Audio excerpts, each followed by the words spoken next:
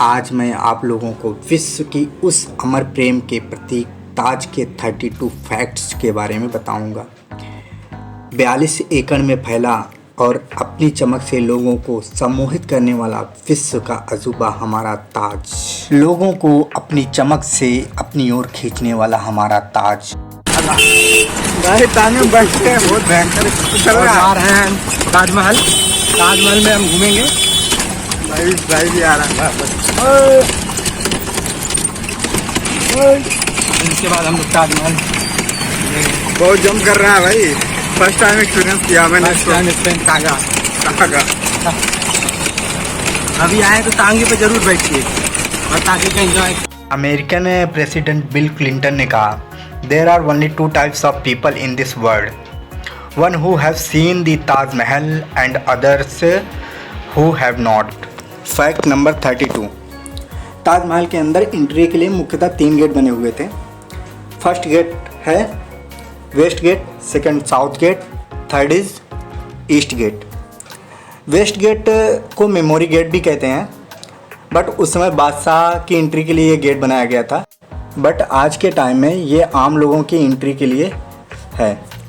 Second gate आता है south gate. South gate में जब ताजमहल का निर्माण हो रहा था उस समय जो वर्कर्स वहाँ पे काम करते थे उनकी फैमिली की एंट्री के लिए था, बट आज के टाइम में जो वहाँ के लोकल्स हैं जो ताजमहल के आसपास रहते हैं उनकी एंट्री के लिए सुरक्षित है।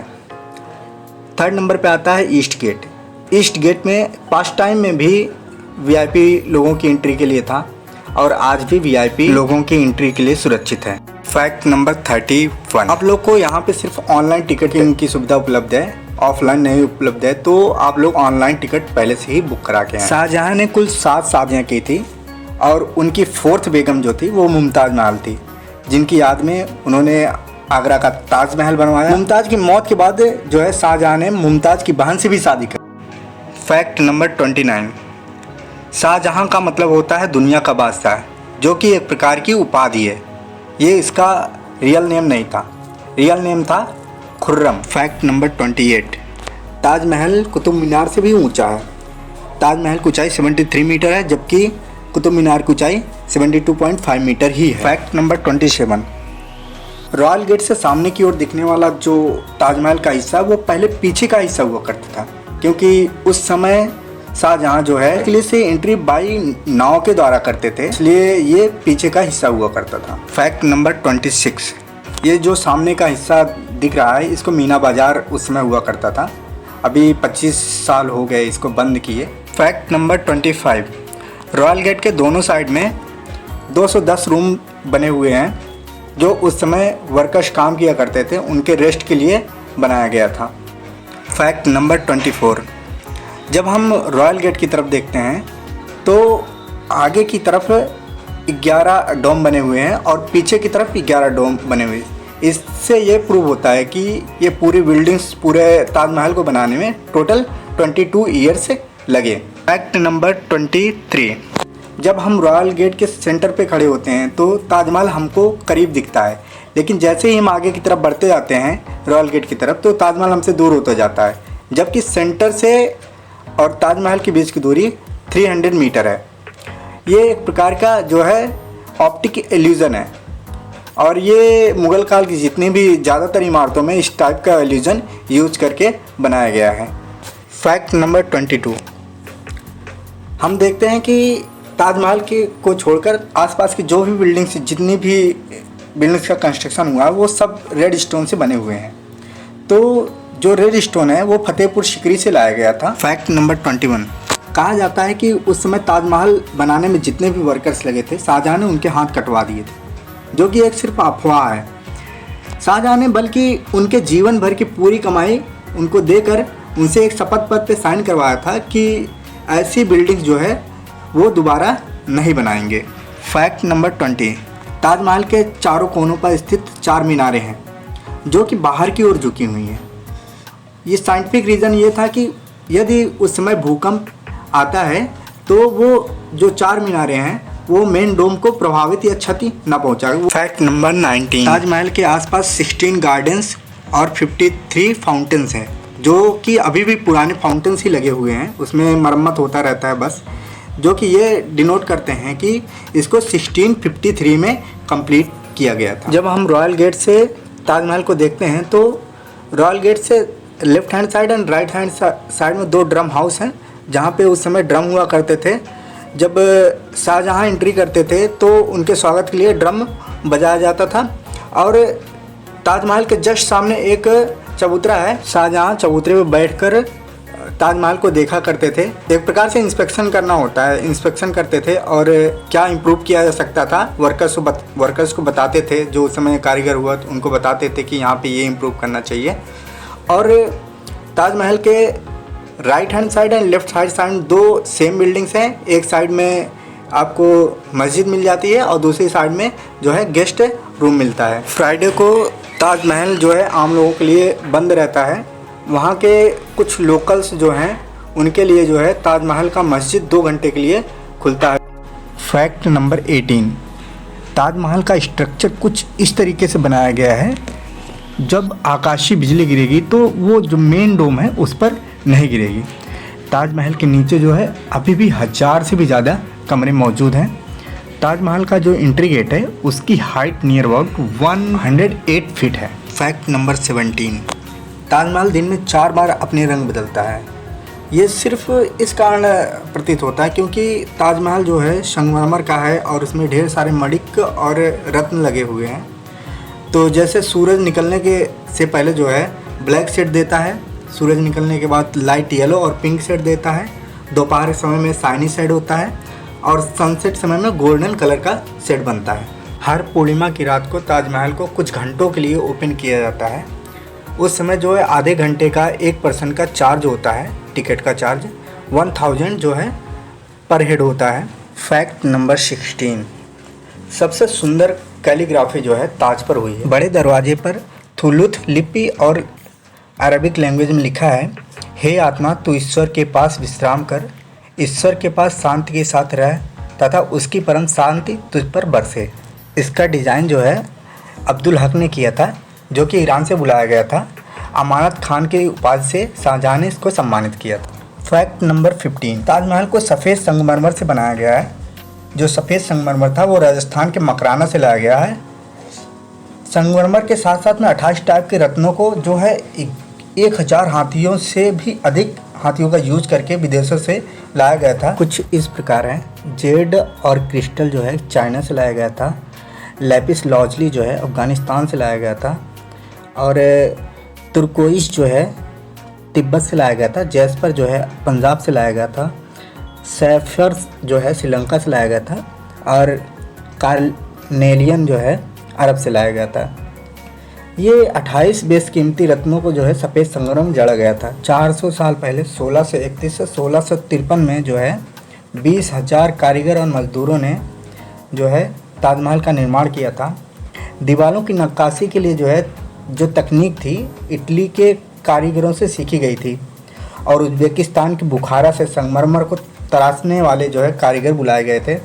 ईरान से जो है संगमरमर पर कैलीग्राफी करने वाले कारीगर आए थे और बलूचिस्तान से कारीगर पत्थर को तराशने के लिए।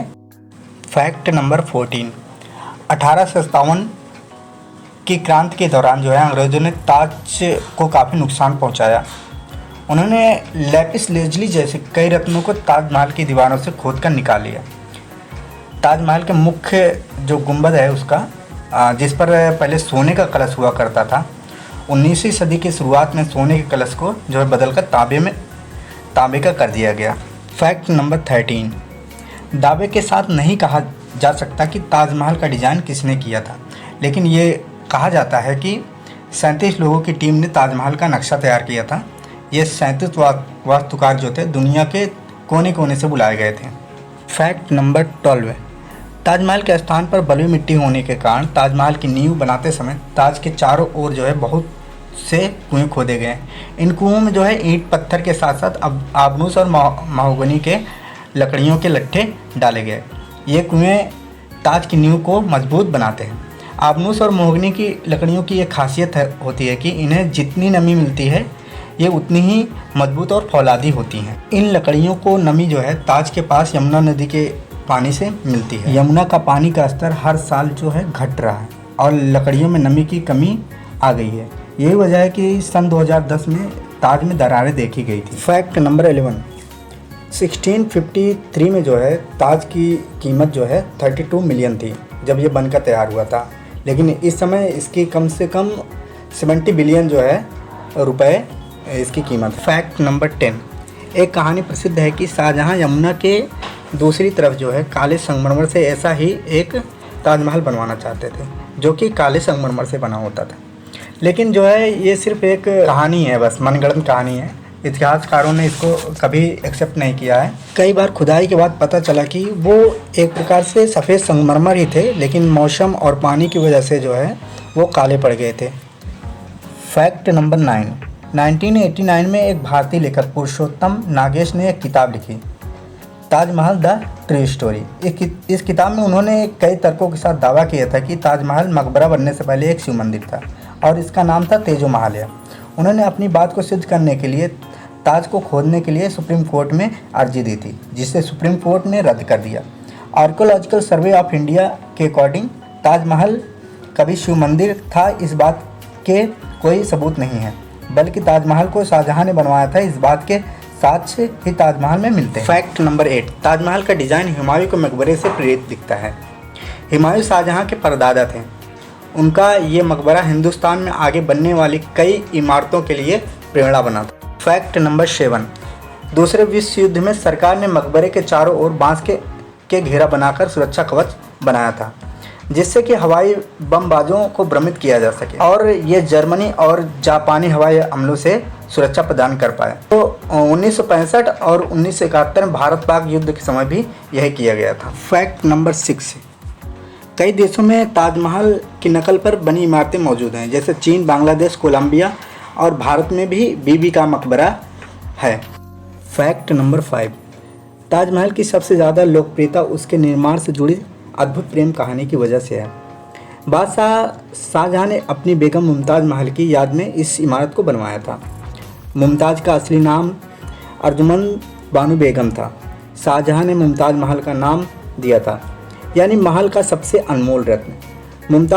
मुमताज़ 38 साल में अपनी 14वीं संतान को जन्म देते वक्त मृत्यु हो। उस समय वो बुरहानपुर में थी। अपनी बेगम की मृत्यु से बादशाह अत्यंत दुखी हुए, जैसे उनकी ज़िंदगी ही तबाह हो गई हो, और आखिरकार उनकी याद में शाहजहां ने ताज को बनवाने का फरमान जारी किया। पहले मुमताज़ को जो है बुरहानपुर में ही दफनाया गया। इसके बाद शाहजहां ने ताज को बनवाना स्टार्ट किया। तब बुरहानपुर से मुमताज़ के शव को निकालकर जहां ताजमहल बन रहा था उसके पास एक बगीचे में दफनाया गया। ताजमहल को तैयार होने में 22 वर्ष लगे। तब तक मुमताज़ का शव बगीचे में बनाई गई कब्र में ही दफन रहा। बाद में इसे ताजमहल के अंदर मुख्य गुंबद के नीचे दफनाया गया। फैक्ट नंबर 4, शाहजहां का सारा ध्यान ताजमहल को एक खूबसूरत रूप देने में लगा रहा। इसी बीच शाहजहां के बेटे औरंगजेब ने आगरा पर हमला कर अपने पिता को कैद कर लिया। शाहजहां से पूछा गया कि वो क्या चाहते हैं, तो शाहजहां ने कहा कि उन्हें ऐसी जगह कैदी बनाकर रखा जाए जहां से वो सीधे ताज को देख पाएँ, और उनकी ये ख्वाहिश पूरी कर दी गई। कैद में रहते वक्त भी शाहजहां हर वक्त ताज को देखते रहते और वहीं पर उन्होंने अपनी ज़िंदगी की आखिरी सांस ली। मृत्यु के बाद उन्हें मुमताज़ के साथ ही ताज में दफनाया गया। एक हारे थके बादशाह को भी अगर किसी ने झुकने न दिया तो मुमताज़ के प्रति उनका बेपनाह प्यार ही था। जिस लगन से प्यार की अनोखी निशानी बनकर तैयार हुई, उसकी मिसाल आज सारी दुनिया के सामने है। ताजमहल के गार्डन में जो है चंदन का पेड़ जो है और कॉजरनिया ट्री भी उपलब्ध है। फैक्ट नंबर 3, ताजमहल से रेड फोर्ट के बीच में एक सुरंग भी बनाई गई जिसे खुफिया सुरंग बोला जाता है। फैक्ट नंबर 2, ताजमहल में आज भी लाइट नहीं लगाई गई है, क्योंकि लाइट की वजह से ताजमहल जो है ज़्यादा शाइन करेगा, जिससे ढेर सारे कीड़े और पतंगे आएंगे और संगमरमर को गंदा कर देंगे। वैसे ही मथुरा में रिफाइनरी और वायु प्रदूषण की वजह से अम्लीय वर्षा हुई, जिससे संगमरमर पीला और काला पड़ता जा रहा है। ताज के संरक्षण के लिए आज भी हमारी सरकार ढेर सारे प्रयास कर रही है। फैक्ट नंबर 1, विश्व के 7 आश्चर्यों में 2000 से लेकर 2007 में ताजमहल ने प्रथम स्थान प्राप्त किया था। आज मिलियंस में लोग ताजमहल को देखने आते हैं। कविवर रविन्द्रनाथ टैगोर ने ताज के बारे में लिखा, a teardrop on the cheek of eternity, एक आंसू समय के गाल पर सदा सर्वदा के लिए। शाहजहां जानते थे ये दौलत, ये ताकत और ये शान शौकत एक दिन सब खत्म हो जाएगा। उन्होंने सोचा कि कुछ ऐसी यादगार चीज़ बनाई जाए जो हमेशा रहे, और शाहजहां ने अपनी प्रिय की याद को ताज को बनवाया। आज बादशाह नहीं रहा, उसकी हुकूमत नहीं रही, उनकी सल्तनत को ख़त्म हुए कई ज़माने हो गए। बस एक ताज है जिसने बादशाह की सदियों पुरानी प्रेम कहानी को खुद में संजोए रखा है। आपको हमारा ये वीडियो कैसा लगा? आप अपने विचारों को और सुझाव को कमेंट में ज़रूर बताएं। Thank you.